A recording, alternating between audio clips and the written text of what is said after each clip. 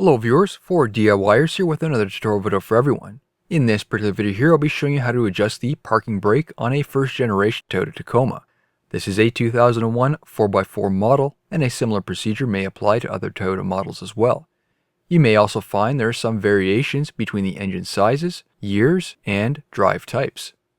If you haven't seen the videos already, I have replaced the brake shoes, drums, wheel cylinders, and bell cranks. If you're seeking more information on those topics, please be sure to check out my videos. The drum brake should be properly adjusted. This is done by using the star wheel adjuster. Once the new pads have been installed, or if you're working with the old pads, press the brake pedal while the drum is installed. This will center up the shoes.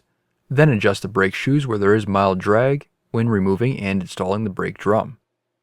If you're looking for a measurement-based check and have the correct tools to verify this, there should be 0.5 millimeters or 0.020 inches to 0.6 millimeters or 0.024 inches difference between the shoe diameter and inner brake drum diameter, both on the braking surface.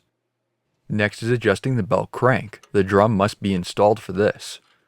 With the bell crank pulled back lightly, there should be only 0.4 millimeters or 0.016 inches to 0.8 millimeters or 0.031 inches space between the bolt and backing plate.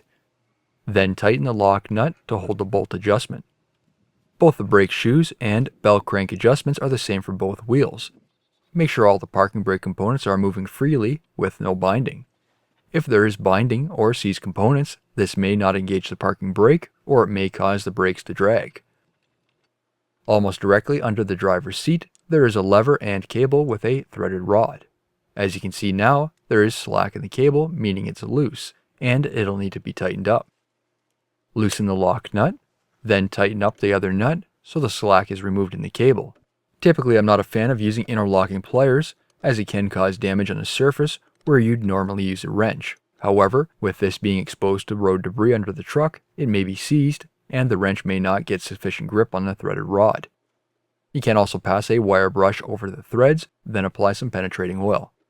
Test the parking brake as needed. The parking brake should be fully applied after 12 to 18 clicks when the lever is pulled. If you find the parking brake is too tight, then loosen as needed. When the parking brake is released, the bell cranks should return to the original position, so the bolt adjustment should be tight against the backing plate of the drum brakes. As you can see, when under the dash, make sure the cable from a lever isn't pushed out from the assembly. This would indicate the cable is loose. That can be caused from improper adjustment, or something is sticking and not allowing the parking brake assembly to return to its neutral position. Once done, tighten the locking nut on the parking brake cable lever and you're officially done. New videos released every week on my channel. Be sure to hit that thumbs up button. It's a huge help to me, and leave a comment below if you found this tutorial helpful. Don't forget to follow my social media pages such as Facebook, Instagram, and Twitter to keep up to date with my latest projects. And if you're not a subscriber, be sure to also hit that subscribe button. Thank you for watching.